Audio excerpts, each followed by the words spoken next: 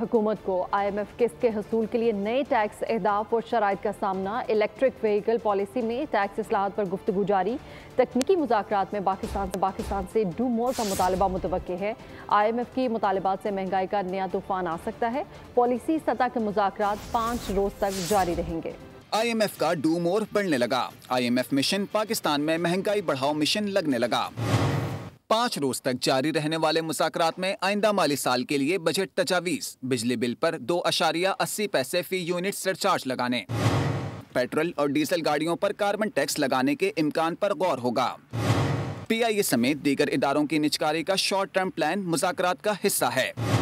ज़राए के मुताबिक IMF को ब्रीफिंग में बताया गया है कि ज़राई इनकम टैक्स की मद में 300 अरब रुपए जमा होने की गुंजाइश है। इक्तिसादी जायजा मिशन की हतमी रिपोर्ट एग्जीक्यूटिव बोर्ड को पेश की जाएगी। IMF एग्जीक्यूटिव बोर्ड $1 अरब से ज्यादा की किस्त की हतमी मंजूरी का फैसला करेगा। सब्सक्राइब करें और बेल दबाएं ताकि कोई खबर रह न जाए।